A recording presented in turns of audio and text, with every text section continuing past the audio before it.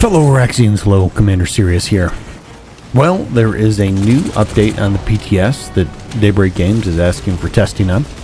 It brings 2 new implants, a new implant package, a way to buy them, and animated camos. And one of the implants is a major drama machine. So, we're going to talk about it. Let's drop in. I'll see you Planetside, soldiers.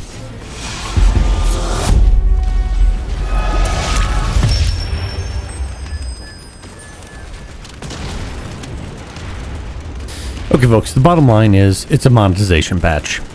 Let's get some of the obvious stuff out of the way. They're creating camos that move. And you already thought about it, just like the Araxium stuff out there. They take a pattern that already exists, they use the code already created for the Araxium camo, and boom, you have moving camo. So far, there's 5 of them on the test server. I don't see why they couldn't do it to every camo out there. There might be a few funky ones that don't play nice. But the reality is, they don't really have to play nice. This is for the loadout screen and desk screen. You can't really see it in the action. By the way, there is a test event, 10 p.m. Pacific time, the day this video comes out. I'm going to plan to get on and stream it. So if you guys are up for joining me on stream, let's go test this stuff out. And no, not the camos. There's other stuff to test out, implants specifically. So next, there's going to be a new implant package.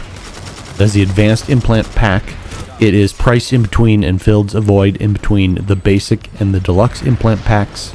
It has a chance to deliver 2 tier 6 implants. I assume that means exceptional. I haven't done the math on this. I would assume a deluxe implant is still the best bang for your buck on ISO 4 and for cert conversion, but not totally sure yet. Okay, so you've got your Daybreak cash spend on the cosmetics. You've got your cert sync edition bundle with the advanced implant bundle. Let's talk about that ISO 4 sync, adding 2 more exceptional implants. That would take 90,000 ISO 4 to get those just crafted. I think I'm preaching to the choir here, but I think most people understand that a lot of the people left playing are pretty well maxed out on their characters. So rolling out additional implants is an attempt to raise that ceiling, so there's something for people to grind for, or catch less veteran characters and players that are like, oh, I've got to have that. And then maybe they'll drop some coin or get a membership or something to get the requisite amount of ISO 4 to get these things. So first we have the bull market implant. It shows you where the A7 nodes are on the map. You can see the A7 icon pop up on the HUD, and then it also follows the edge of my screen so it can direct me over to grab the A7. This is a relatively harmless implant. It's only there to help people that don't have all the A7 stuff unlocked already. It doesn't affect the main battle flow. You could get a couple skirmishes between the few people on the map that are using this implant to roll around and try to find the resource. But I don't think there's really anything for anyone to get upset about here. So while it's super gimmicky, I don't really see any negative impact on the game. Okay, now let's look at the drama machine here, the Dead Man Trigger. This implant measures the vital signs of its operator and detonates a frag grenade upon their death. Now, I have not been able to test this one in-game myself, but it was confirmed to me by other testers that revive grenades will also trigger this effect, or any sort of reses. So you run into a room, you die, there's a grenade on your corpse. A revive grenade goes into the room, you get up, you immediately die again, another grenade goes on your corpse. Rinse and repeat here ad nauseum. So you can imagine for a Purist infantry player, this is a nightmare. And if you ever played Call of Duty, this is akin to Martyrdom in that game, where when you died, there was a grenade on your corpse. In Planetside, between reses and revive grenades, it will be crazy the amount of frags that could be bouncing around in a big fight. Now, the first thought that jumps in my head is the Minor Cloak drama. When the Minor Cloak implant was suggested, everyone thought it would be heavies with jackhammers in the corners everywhere. You couldn't walk into a building without a heavy assault popping out at you.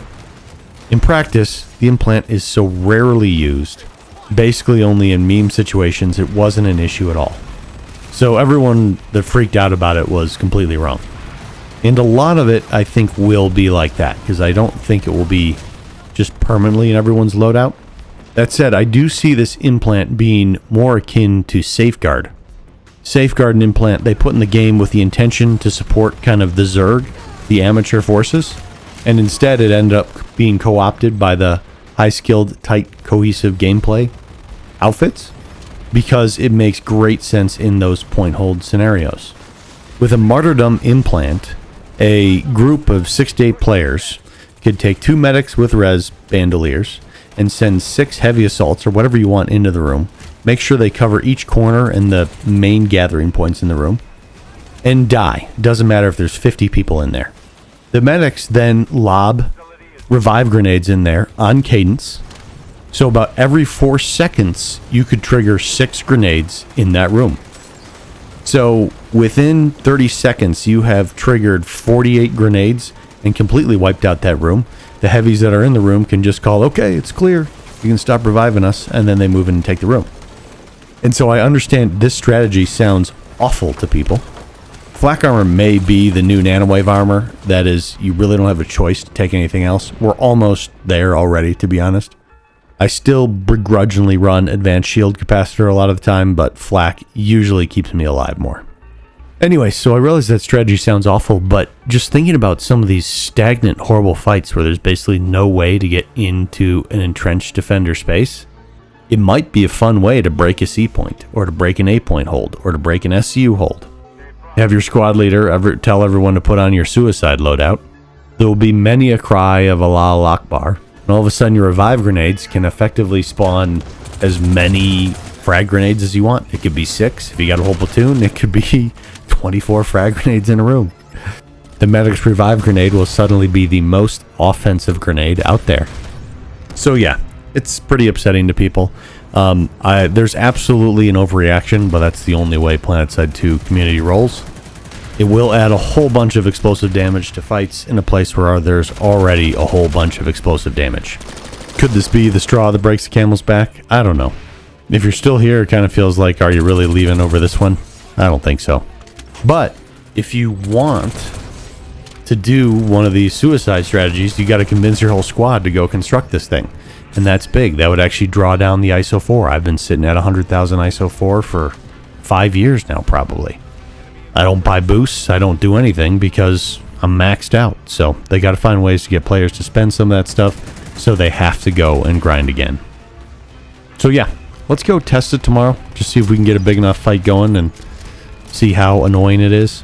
I am thinking about like that bridge push where like all the friendlies are like dying on each other and they're like constantly being revived, grenaded, and like rezzed. But if one person is using this implant while that Zerg is trying to push up, they're going to be constantly fragging themselves. Because the medics aren't going to know, hey, don't revive that corpse. If you get him up and he dies right away, he's going to drop a frag grenade. Anyways, but with the reduction of friendly fire damage, it shouldn't be that bad. It would be great if they could fix when you trigger an enemy explosive that it only does partial damage because it is effectively friendly fire to the enemy it damages. But when I shoot a bouncing Betty, for example, while I'm TR, it should deal 100% damage to NC. So it would be great if they got that fixed. Medics are just going to have to be a little bit careful about those bad revives. If they're going to die right away and drop a frag grenade, watch out. Okay, that is it for now, fellow Araxians. Thanks for hanging out. I am CMDRCyrious. I will look forward to seeing you today, the day this video releases, for the testing on the test server. Get it downloaded. Let's go frag friendlies with Martyrdom grenades. And until next time, I am CMDRCyrious, and I will see you Planetside.